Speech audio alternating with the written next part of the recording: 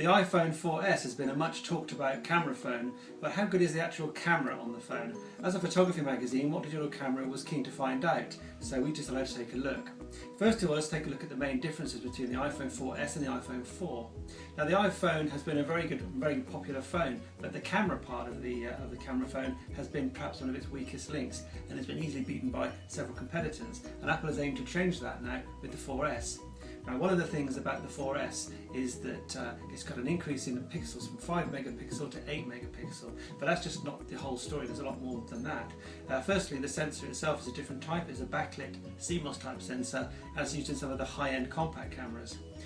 Secondly, on the front of the sensor there's a new lens which is has 5 elements and has an f2.4 maximum aperture, which is quite relatively wide for a good low light shooting, and Apple claims that this is the most sophisticated lens used on a camera phone.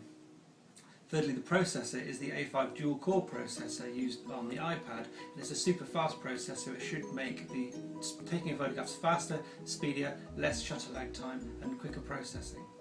So let's have a look at some of the other features on board the camera.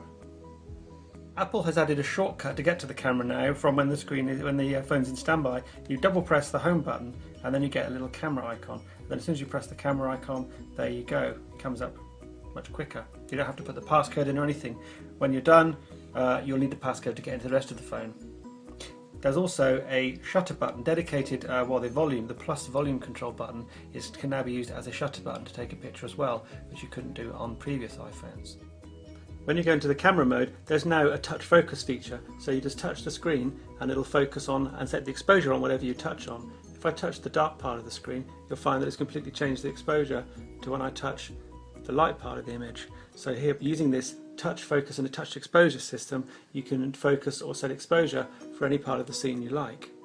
The camera app is fairly basic. There are controls for flash on there. You can set auto on or off. And you've got a grid display on an HDR mode.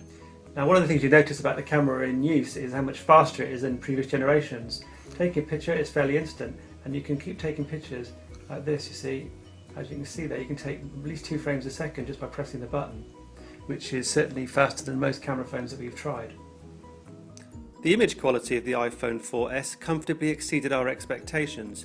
In good light, pictures are crisp and detailed, with pleasingly punchy but not oversaturated colours. The lens is sharp and relatively free of distortion, while exposure and white balance generally perform flawlessly.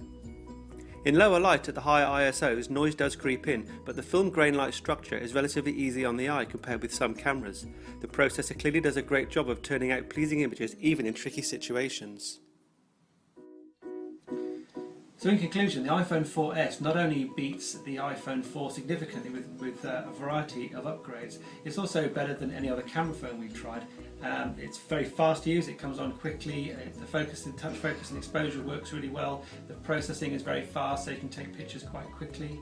But most importantly, the image quality is superb. It's a lot better than the iPhone 4, but also it's better than some compact cameras that we put it against as well, which makes it certainly a threat to the compact camera as a means of recording images. I would ideally like to see a separate dedicated shutter button as opposed to just this volume button. It's a little bit small and fiddly, and I guess a slightly larger button on the other side of the camera as a shutter button would be something that would be great to add to the iPhone 5, for example. But that's a fairly small point, and otherwise there's very little to criticise and was highly recommended as a camera as well as a camera phone.